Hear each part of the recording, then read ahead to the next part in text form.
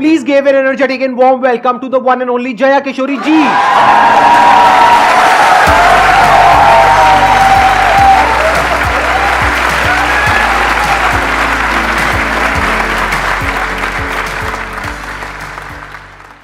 इनकी स्माइल में इतनी पॉजिटिविटी है, आई थिंक इनको कुछ बोलने की जरूरत ही नहीं है. अगर ये पूरे सेशन में यहाँ पर सिर्फ बैठ करके स्माइल करती रहे तो आई थिंक ये सेशन बहुत अच्छा हो जाएगा. इनका एक मोटिवेशनल चैनल भी है. इनफैक्ट आपकी कुछ वीडियोस देख करके मैं खुद मोटिवेट हुआ हूँ, and I am not kidding.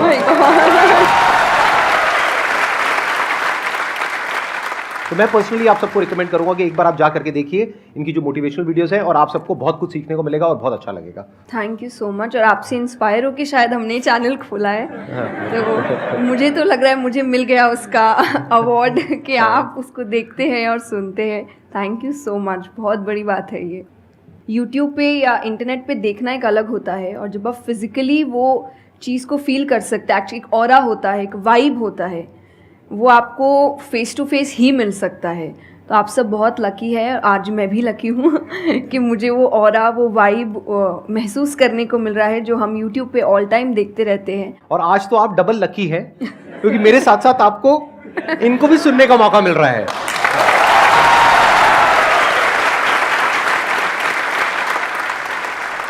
आपके मन में जो भी क्वेश्चंस है, जैसे भी क्वेश्चंस है, आप इनसे पूछ सकते हैं. First of all, thank you very much for giving me this opportunity.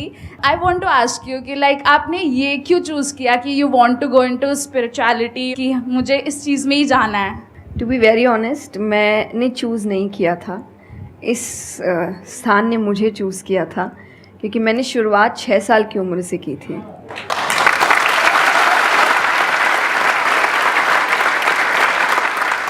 उसमें आपको पता ही नहीं होता है कि करियर क्या होता है, काम क्या होता है. तो मैंने कुछ भी सोचा नहीं था. मेरे सामने चीज़ें आती गई, मुझे अच्छी लगती गई और मैं करती गई. और इसीलिए मैं हमेशा कहती हूँ अपने अंदर के बच्चे को ज़िंदा रखिए, क्योंकि वो कभी भी ये नहीं देखता इससे मेरा फ़ायदा होगा, या उसको अच्छी लगती है चीज़ और वो करता है. तो मैंने वो बचपने में मुझे वो चीज़ अच्छी लगी और मैंने उसको किया, और फिर अपने आप ही सामने चीज़ें आती गई. चाहे फिर वो भजन आए, फिर कथा आई, मोटिवेशनल सेशंस आए, जो जो सामने आता गया और जो जो मुझे लगा कि मेरे बस की बात है, मैं कर सकती हूँ, वो मैंने किया. और फिर मुझे पता ही नहीं चला कि कब सिचुएशन कहाँ हो गई. जब मुझे समझने का मौका मिला कि चलो कुछ बनते हैं, मैं ऑलरेडी बन चुकी थी.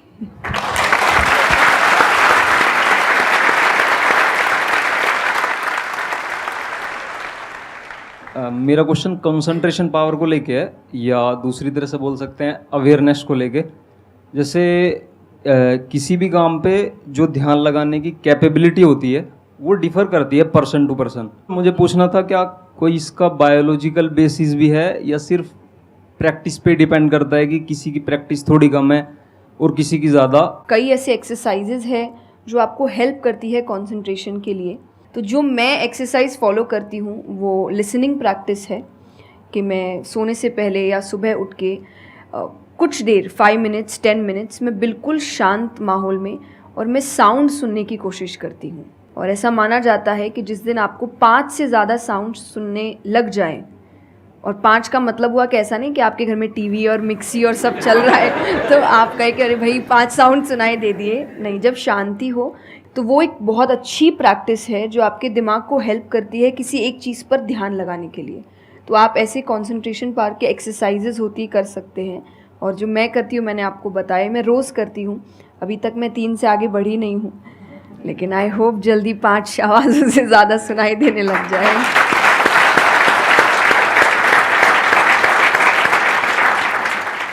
बचपन से जो आपने किया अभी तक वो तो मैटर करता ही है. फॉर एग्जाम्पल, अगर आप बचपन से ही सिर्फ कंप्यूटर पर ही अपना टाइम पास कर रहे हो या मोबाइल पे, जो आजकल बड़ा कॉमन हो गया है, तो आपकी जो कंसंट्रेशन पावर है वो पैसिव वे में तो अच्छी होगी.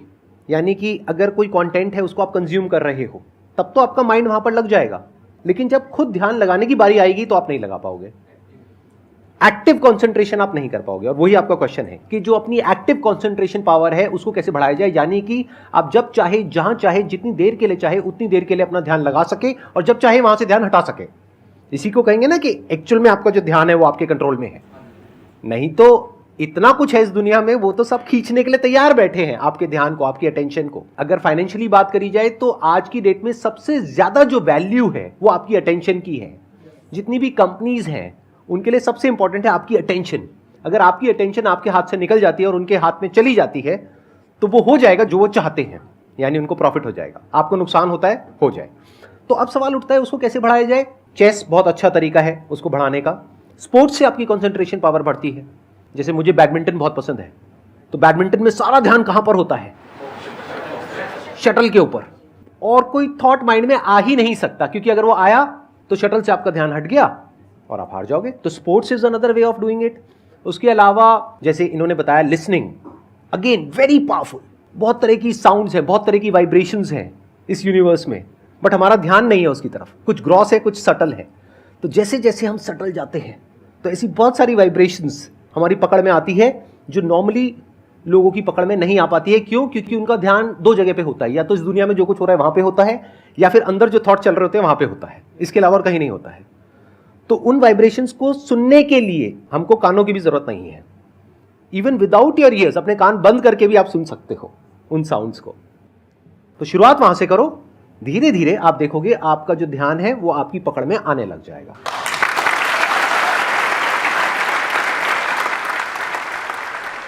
मेरा क्वेश्चन आपसे मतलब दोनों से ही है, वो ये कि हम लोग मतलब आज की सोशल मीडिया वाला ज़माना है तो हम लोग बहुत डिस्ट्रैक्टेड रहते हैं, और जब भी स्पिरिचुअलिटी की बात होती है फैमिली में, फ्रेंड्स में, तो सभी ये कहते हैं कि स्पिरिचुअल अभी होने की ज़रूरत नहीं है, करियर पे ध्यान दो, अभी कौन सा टाइम है, बाद में देख लेना। और हम लोगों के घरों में भी हम देखते हैं। तो मैम ये चीज़ कैसे, मतलब उनको कैसे समझाई जाए कि ये चीज़ कितनी इम्पॉर्टेंट है और उसकी इम्पोर्टेंस क्या है? मेरे हिसाब से, और आई थिंक मेरे क्या पूरी दुनिया के हिसाब से, जो भी स्पिरिचुअलिटी को ठीक से समझता है ये यंग एज प्रोसेस ही है। जैसे अगर आप रिलीजियस वे में भी सुने तो भगवान को हम कुछ भी चढ़ाते हैं वो फ्रेश होता है, प्रसाद है, फूल है, कुछ भी एक दिन दो दिन पहले नहीं होता। तुम खुद इतने पुराने होके क्यों फिर अपने आप को चढ़ाते हैं? जब आप रिजिड हो चुके हैं, जब आपको आगे कुछ काम खास करना नहीं है, आप रिटायर हो चुके हैं, तब आप उस स्पिरिचुअलिटी का करेंगे क्या? आपके लाइफ में कोई चैलेंजेस होंगे ही नहीं जब सामना करने के लिए। तो स्पिरिचुअलिटी मतलब सिर्फ पूजा पाठ नहीं होता। मंत्र, जैसा मैंने लिसनिंग एक्सरसाइज बताई, वैसे ही मंत्र चैंटिंग भी एक बहुत बड़ी एक्सरसाइज है कि आप मंत्रों का उच्चारण करते हैं मेडिटेशन में, क्योंकि जो पावर, जो वाइब्रेशंस वो साउंड रखते हैं वो आई थिंक दुनिया में और कहीं नहीं है। तो वो आपके करियर के लिए, कंसंट्रेशन पावर के लिए, कॉन्फिडेंस के लिए, मेमोरी पावर के लिए, सबके लिए बहुत अच्छा है। तो आपको यही समझाना है कि आप स्पिरिचुअलिटी का मतलब, एक तो पहले ये पर्सपेक्टिव हटा दें कि हम सब त्याग देंगे, हम सब छोड़ देंगे। ऐसा कुछ भी नहीं होता। गीता जी में स्पिरिचुअलिटी का ज्ञान उसको दिया गया है जिसको आगे जाके राजा बनना है, अर्जुन को। उसके पास क्या लग्जरी नहीं है, राज्य नहीं है, पैसा नहीं है, क्या नहीं है। तो अध्यात्म का मतलब कभी भी नहीं होता सब कुछ छोड़ देना, सबके बीच रहना है, पर इस तरीके से रहना है कि वो आप पर हावी ना हो हर चीज़। यही आध्यात्म है, यही स्पिरिचुअलिटी है कि बाहर की चीज़ें यहाँ ट्रबल ना कर सके, बस इतना ही करना है।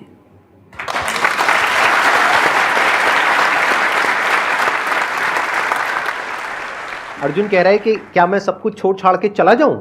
और भगवान कृष्ण उसको क्या बोल रहे हैं कि अभी जो तुम्हें करना है उस पर ध्यान दो। सब कुछ छोड़ना सॉल्यूशन नहीं है। खुद को पहचानो कि तुम क्या हो। जो प्रॉब्लम की पूरी जड़ थी वहां पर, वो ये थी कि अर्जुन भूल गया था कुछ देर के लिए कि वो एक्चुअल में कौन है, जैसे हम भूल जाते हैं। तो भगवान उसको याद दिलाने का काम कर रहे हैं कि तुम एक योद्धा हो, तुम्हारा काम है लड़ना धर्म के लिए। तो भगवान उसको वो ज्ञान दे रहे हैं। ऐसे ही अगर आप एक स्टूडेंट हो तो आपका काम क्या है? पढ़ाई करना। अब आपको देखना है कि उसमें ये जो बातें हैं, इनकी बातें, मेरी बातें, या कहीं भी हमारे जो स्क्रिप्चर्स में बातें हैं, वो किस तरह से आपको काम आ सकती है वो करने में, जो अभी आपकी लाइफ की इस स्टेज में, इस पॉइंट पर आपके लिए करना सबसे इंपॉर्टेंट है। तो स्पिरिचुअलिटी दो तरीके की हो गई। एक वो जो आपको भटका रही है, यानी कि वो लोग जो खुद अच्छे से नहीं समझ पाए स्क्रिप्चर्स को, वो आपको क्या कहेंगे कि सब कुछ छोड़ दो।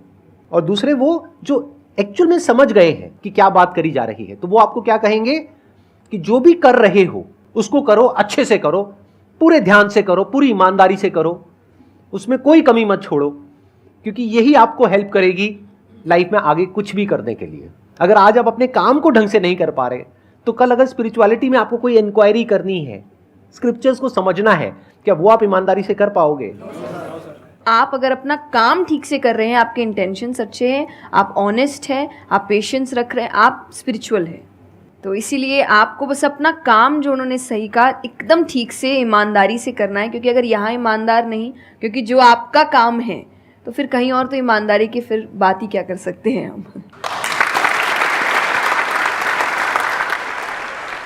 मैम मेरा आप दोनों से ही है मेरा क्वेश्चन कि रियल फ्रेंडशिप का एसेंस आज खोते जा रहा है।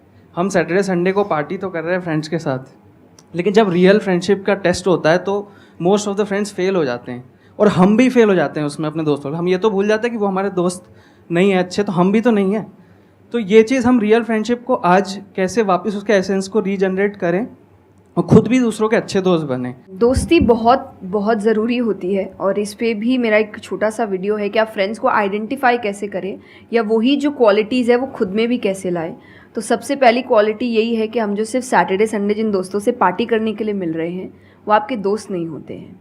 वो आप बस एंटरटेनमेंट के लिए, आपको मस्ती करना है, मज़ा करना है तो आप मिल रहे हो, लेकिन एक्चुअल जो आपके दोस्त होते हैं ना, वो आपको भी सिखाते हैं, आप उनको भी सिखाते हैं, वो आपके साथ ग्रो करते हैं। और जैसा आपने कहा एसेंस, जैसे मैं मेरे पेरेंट्स के जो दोस्त हैं सालों से इक्के दुक्के हैं, लेकिन अभी तक है, और अभी भी हम कई बार ऐसा लगता है कि आप ऐसे कैसे बात कर रहे हो उनसे, तो वो कहते हैं हमारे दोस्तों को अपने दोस्तों जैसा मत समझना कि हम एक दो बोल देंगे या एक दो चीज़ें हो जाएंगी और हमारी दोस्ती टूट जाएगी। हमारी दोस्ती इस चीज़ पर नहीं बनी है। वो अगर महीनों भी एक दूसरे से नहीं मिल रहे हैं या एक साल तक भी उन्होंने बात नहीं की है, वो एक साल बाद भी फ़ोन करते तो वो वैसे ही होते जैसे वो एक साल पहले थे, जहाँ उनकी बात छूटी थी बिल्कुल वैसे। तो सबसे पहली चीज़ कि यही कि ज़रूरी नहीं है आपको अपने दोस्तों से हर एक इंटरवल में मिलना है तभी आपकी दोस्ती कायम रह सकती है, क्योंकि अब लोग आगे बढ़ रहे हैं, बिजी हो रहे हैं, काम कर रहे हैं, दूसरे शहरों में पढ़ने जा रहे हैं। अगर आपकी दोस्ती सिर्फ मिलने मिलाने से और मस्ती करने से, तो वो दोस्ती नहीं है। तो ये सबसे पहली चीज़ है कि जो आपको आपके सिचुएशन को समझे, वाइस वर्सा आप उसके सिचुएशन को समझिए कि दोस्ती है पर ज़िंदगी भी है, काम भी है, मेहनत भी है, परिवार भी है। सबसे बड़ी तपस्या, सबसे बड़ा तप मैं कहती हूँ गृहस्थ जीवन ही है। Thank you for the compliment. उसमें आपको इतना कुछ करना पड़ता है, वो एक सिचुएशन को समझना ज़रूरी है। दूसरा, आजकल जो एक ट्रेंड बन चुका है कि फ्रेंड्स सपोर्टिव होने चाहिए, तो सपोर्टिव का मतलब ये नहीं कि तुम गलत भी करो, तो जो कर्ण और दुर्योधन की दोस्ती थी कि नहीं भाई पाप भी कर, मार, गलत कर, मैं तो साथ खड़ा हूँ, ये दोस्त नहीं होते। ये बहुत बड़ा पॉइंट बोला है इन्होंने, अभी इसके बारे में मैं बात करूँगा। ये दोस्त नहीं होते हैं। दोस्त आपको आपके पास खड़े रहेंगे सपोर्ट में, लेकिन ये हर वक्त बताएंगे कि तुम गलत हो, तुम गलत कर रहे हो, इसकी सज़ा मिलेगी। तो ये सच्चे दोस्त होते हैं। तो आप या तो कहते हैं ना कि कृष्ण जैसे दोस्त बनो, खुद ही बनो। बात यहीं आती है, कृष्ण जैसे ढूंढने से पहले कृष्ण जैसे दोस्त बनो, कि जो हर वक्त बताने। कृष्ण कभी अलग नहीं हुए अर्जुन से। जब वो कहने लगा कि मैं नहीं लड़ सकता, ये नहीं, उन्होंने उस वक्त बहुत डांटा कि क्षत्रिय है, ये तरीका है बात करने का, ऐसे बोलते हैं तो इतना बड़ा महाबाहु है, बड़े बड़े नाम बताए, याद दिलाया कि तुम कितने अच्छे हो। तो सबसे बड़ा दोस्त का आई थिंक क्वालिटी यही है, जो सपोर्टिव है लेकिन गलत चीज़ों में नहीं है, वो हर वक्त सही के लिए आपके पास खड़े हैं। और तीसरा जो मैं सबसे अच्छा कहती हूँ कि आपकी और उनकी मेंटालिटी मैच होनी चाहिए। आपको ये समझना है कि अगर मेंटालिटी एक नहीं होगी तो भले ही आप अपने पेरेंट्स को कितना ही कह ले कि हम कुछ नहीं करेंगे, अरे हम तो सिर्फ घूम रहे हैं, अरे हम वैसा कुछ नहीं करेंगे, करोगे, एक ना एक दिन ज़रूर करोगे, क्योंकि ये ह्यूमन नेचर है। आप जिसके साथ ज़्यादा समय बिताते हो, धीरे धीरे उसकी क्वालिटीज़ कुछ आपके अंदर आती है।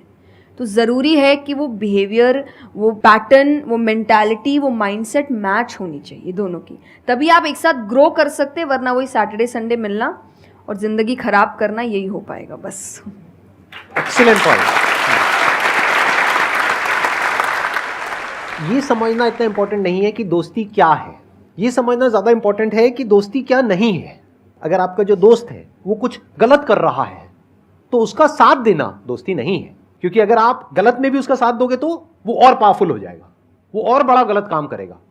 मानो आपका दोस्त पी करके गाड़ी चला रहा है, तो दोस्ती ये नहीं है कि उसको बोलना कि हाँ चल कर कर कर कर कोई नहीं, और बड़ा और बड़ा और बड़ा नहीं। उस वक्त क्या बोलना, गाड़ी रोक, मैं उतर रहा हूं। अब उसके बाद आपका क्या होगा वो बाद में देखेंगे, वो डिपेंड करता है कि आपको कहाँ उतारा उसने।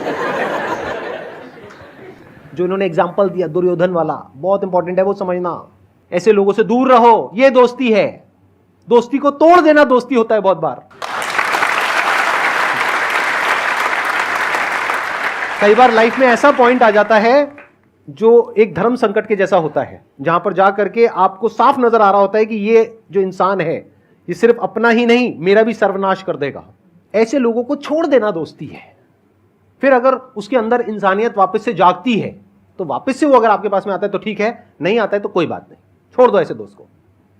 तो बड़े ध्यान से चुनना अपने जो दोस्त है। जो इन्होंने कहा संगति बहुत इंपॉर्टेंट है लाइफ में, इसीलिए पहले के जमाने में सत्संग की इतनी वैल्यू होती थी। हर घर में एक सत्संग हॉल होता था एक जमाने में। आज जैसे हम सत्संग का नाम सुनते हैं हमारे माइंड में कुछ और ही आने लग जाता है। सत्संग मतलब सत्य के संग।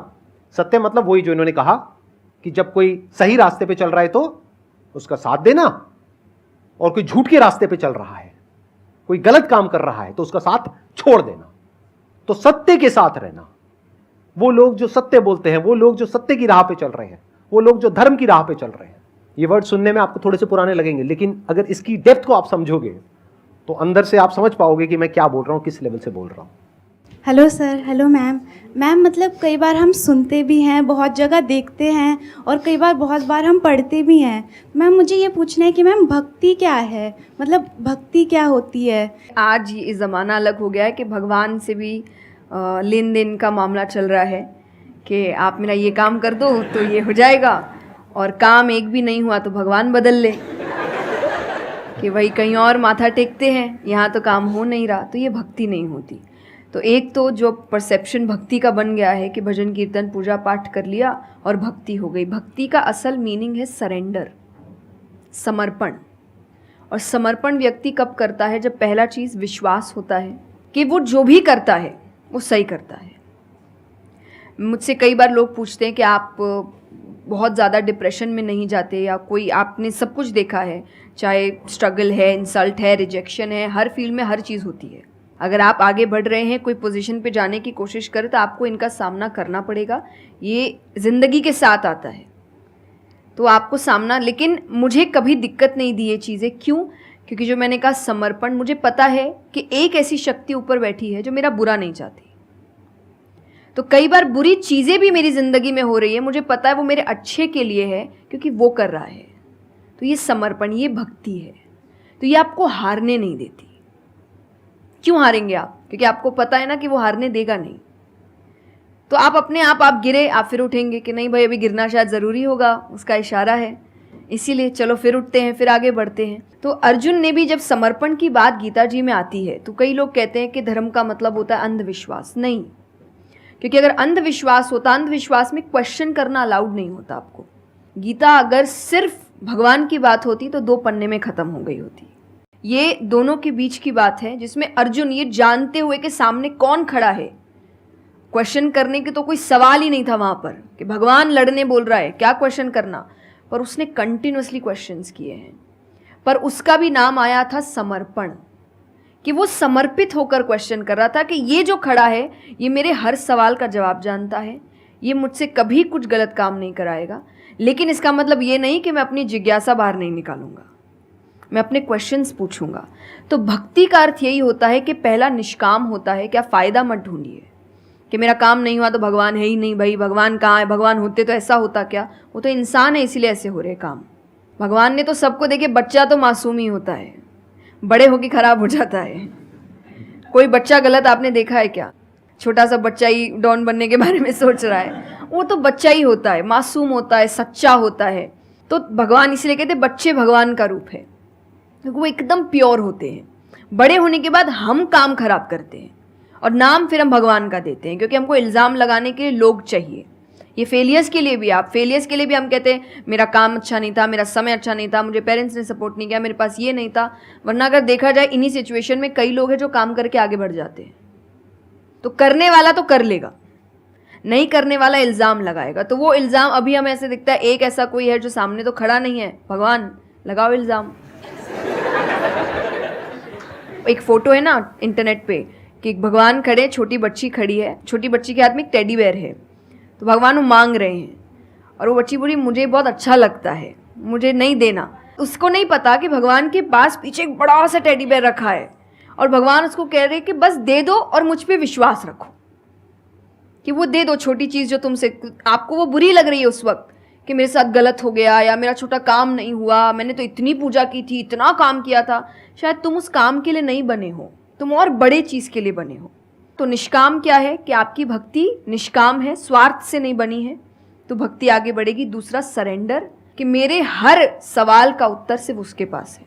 तो ये दो चीज़ें भक्ति बनाती है।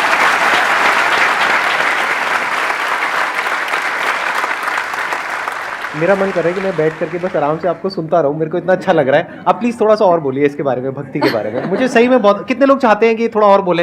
हाँ, क्योंकि इनसे अच्छा कोई नहीं हो सकता इसके बारे में बोलने के लिए। मेरे को पता है आपके पास में और बहुत कुछ है बोलने के लिए, थोड़ा सा प्लीज और बोलिए। ये दो चीज़ें जो भक्ति में। तीसरा हम जब करते हैं सत्संग, जो उन्होंने कहा सत्संग का एक सत्य के संग, तो सत्य कौन है? जब हम शास्त्रों में देखते हैं सबसे पहला श्लोक जो श्रीमद् भागवत में आता है वो भगवान का स्वरूप बता रहा है। उसमें है सच्चिदानंद रूपाय। सच्चिदानंद का मतलब होता है तीन चीज़ें मिलकर बनती है, वो है सत, चित और आनंद। जो ये तीन चीज़ों को जीवन में समझ लेगा सही से, उसने भगवान को समझ लिया, क्योंकि भगवान का रूप ही सच्चिदानंद है। तो सबसे पहला है सच, जो कहा गया सच की राह पर चलो। जो हम ये एक्चुअली आपने एग्जैक्ट वर्ड उस वक्त बोले, मैं अपनी कथा में भी कहती हूँ कि आजकल हम इतनी छोटी छोटी बातों पे झूठ बोलते हैं कि हम किसी से मिलने जा रहे हैं और हम घर से भी नहीं निकले, अरे 5 मिनट, अरे सिग्नल पे खड़ा हूँ, अरे बस पहुँच गया, अरे क्या हो गया, वो 2 बातें तो सुनाएगा ना सिर्फ कि तुम समय लेकर नहीं आए, पर हम इतनी इतनी सी बातों में झूठ बोल रहे हैं। ये हमें लगता है कि कोई बड़ी बात नहीं, पर ये बहुत बड़ी बात है कि आप इतना भी सच का सामना नहीं कर सकते, और फिर हमें लगता है कि हम लाइफ की जो प्रॉब्लम्स है उसका सामना कर लेंगे, खुद के सच का तो सामना कर नहीं पा रहे हैं। जिंदगी का सच सामने आएगा तब तो बैंड ही बज जाएगी पूरी, क्योंकि वो कठिन है। जिंदगी आसान नहीं है, किसी के लिए नहीं, भगवान के लिए भी नहीं हुई। आप राम जी को उठाइए, कृष्ण जी को उठाइए, जब तक यहाँ रहे कोई सुखी नहीं रहा।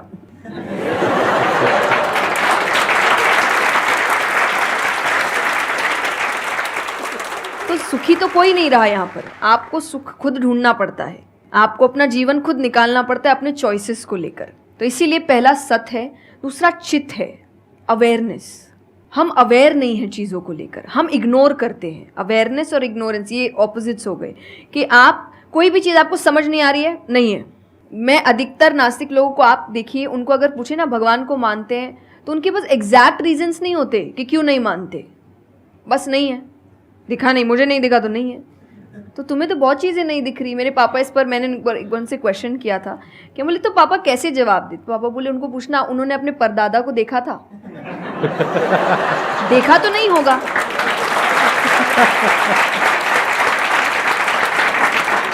सुना है, दादा से सुना है, पापा से सुना है कि थे, मैंने तो नहीं देखा, तो मैं बोल दूं वो थे ही नहीं।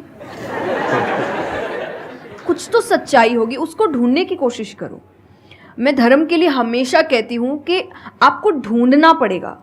भगवान, मेरे पापा ने मुझे एक बात कही थी, भगवान मानने की चीज़ है, जानने की नहीं। जानना क्या होता है? पहले इस्तेमाल करे फिर विश्वास करे।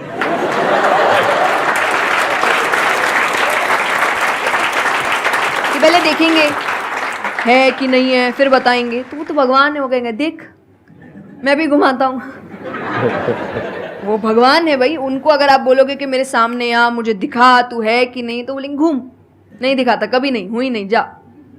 तो भगवान मानने की चीज़ है, मानो वो अपने आप जना देंगे वो कहाँ है। तो भगवान के लिए माना गया कि पहले आपको मानना पड़ता है, दैट इज सरेंडर, कि मैं मानता हूँ, मैं इसीलिए पढ़ रहा हूँ। अधिकतर लोग अभी पढ़ क्यों रहे हैं, जान क्यों रहे, गलत साबित करने के लिए। और दुनिया के लिए भी, आप किसी भी चीज़ को जानने की कोशिश करो तो सिर्फ एक खाली दिमाग से जानने की कोशिश करो, अपने दिमाग से नहीं कि मुझे गलत साबित करना इसीलिए पढ़ता हूँ चलो। तो फिर आपका दिमाग सीधा उस गलत बात पे ही जाएगा कि देखो मैंने तो बोला ही था गलत है, और उसके आसपास कितनी अच्छी बातें लिखी होगी आप देखेंगे नहीं। पर आपको जो बस साबित करना है, आप उस लोग सुनते भी आजकल इसीलिए हैं। मैं कथा में एक बात कहती कि उस आजकल कथा ही बची है सुनने वाली चीज़, वरना आप कहीं भी 2 लोगों को देखिए वो बोलेगा मैं बोलता हूँ, नहीं मैं बोलता हूँ, नहीं मैं बोलता हूँ। दुख देखिए किसी के, प्रॉब्लम्स को एक बोलता है अरे मेरी जिंदगी अच्छी नहीं चल रही, अरे मेरी उससे भी खराब है। आप किसी से मदद भी कहाँ मांगेंगे कि वो एक दुख सुनाओ वो 4 सुनाता है, तो क्या ही मदद मांगे कि तो मेरे से दुखी है, तू मेरे से और 500 रुपये रख भाई। ये तो तो लोग हर वक्त कोई सुनना नहीं चाह रहा, और सुन भी रहे हैं तो इसीलिए कि ताकि बस मैं बोल सकूं, कि ये ख़त्म करे, बस जल्दी से ये चुप हो ताकि मैं बोलूं। तो ये बंद करिए। भगवान ने अर्जुन की पहले पूरी बात सुनी थी, एक बार भी बीच में इंटरप्ट नहीं किया, उसकी पूरी बात सुनी। क्यों? तभी वो आंसर ठीक से कर पाएंगे। अगर आप बीच में हर चीज़ में इंटरप्ट करेंगे, लोगों के ओपिनियंस में इंटरप्ट करेंगे, तो आप उनकी बात को नहीं समझ पाएंगे। जितना सुनेंगे उतना सीखेंगे, क्योंकि बोलोगे तो वही जो आता है, पर सुनोगे तो कई बार ऐसी चीज़ें पता चलेगी जो नहीं पता, जो नहीं आता है। तो सत्संग यही है। आप लोग एक काम करो, अपना मोबाइल ऑन करो और अपने घर पे फोन कर दो कि शाम तक हम यहीं बैठे हैं। मतलब मेरा मन तो नहीं है यहाँ से आज उठने का, मेरा मन है आराम से बैठ करके इनसे सुनने का। मुझे तो बहुत अच्छा लग रहा है, लेकिन आई एम नॉट श्योर कि इनके पास में इतना टाइम होगा या नहीं होगा। आप प्लीज, आई एम सॉरी मैंने आपको इंटरप्ट किया। नहीं नहीं, आप बोलिए। बिल्कुल। हाँ, तो आप यही बहुत अच्छा छोटी बोल रहे हैं। छोटी बातें हैं, देखिए। और आनंद का मतलब एक्चुअली परमानेंट हैप्पीनेस होता है, जो आपको भगवान के साथ ही मिलता है, कि आपको किसी की ज़रूरत नहीं है, बाकी सब कुछ टेम्पररी है। और टेम्पररी खुशियों के लिए भगवान ने अर्जुन को लड़ने के लिए इसलिए नहीं बोला था कि तेरे को राज्य मिल जाएगा, खुशी मिलेगी, पैसा मिल जाएगा। नहीं, एक परमानेंट हैप्पीनेस थी कि मैंने अपना काम अच्छे से किया, उसके लिए लड़ो। तो जो भी काम कर रहे हो परमानेंट क्या है उसमें वो देखो, और ये आपकी सक्सेस पे भी काम आता है। भगवान, जैसे अब हम कहते हैं ना कि दुनिया में कुछ सच नहीं है, संसार सच नहीं, इसका मतलब क्या? छोड़ने के लिए नहीं। क्या आप पहली चीज़, जब दुख आ रहा है तो डिप्रेशन में मत जाओ, क्योंकि आप जानते हो ये भी परमानेंट नहीं है, टेम्पररी है, कल फिर ठीक हो जाएगा। खुशी आ रही है तो घमंड मत करो, ये भी निकल जाएगा, ये पोजीशन भी ज़्यादा समय तक रहेगी नहीं, तो उसको रखने के लिए काम करते रहो। तो भगवान हर चीज़ में कहते बैलेंस्ड रहो, और परमानेंट वो है उसके पीछे भागो। तो आप अपने आप ही जो दिखावे की दुनिया है, करते हम सब है और सब कुछ करना चाहिए लाइफ में, सब एंजॉय करिए, पर अगर उसको जानते हुए करोगे कि परमानेंट नहीं है, तो जैसा मैंने कहा वो यहाँ जाएगा नहीं। जैसे एक पक्षी है, आप पेड़ पे उसको बैठा दो और फिर जिस ब्रांच पे वो बैठी उसको काटने लगो, और जब तक ब्रांच नहीं गिरेगा वो नहीं हटेगी, क्योंकि उसको ब्रांच पे भरोसा है ही नहीं। उसको पता ये रहेगा ना, उसको अपने पंखों पे है कि वो जैसे ही गिरेगा मैं उड़ जाऊंगी।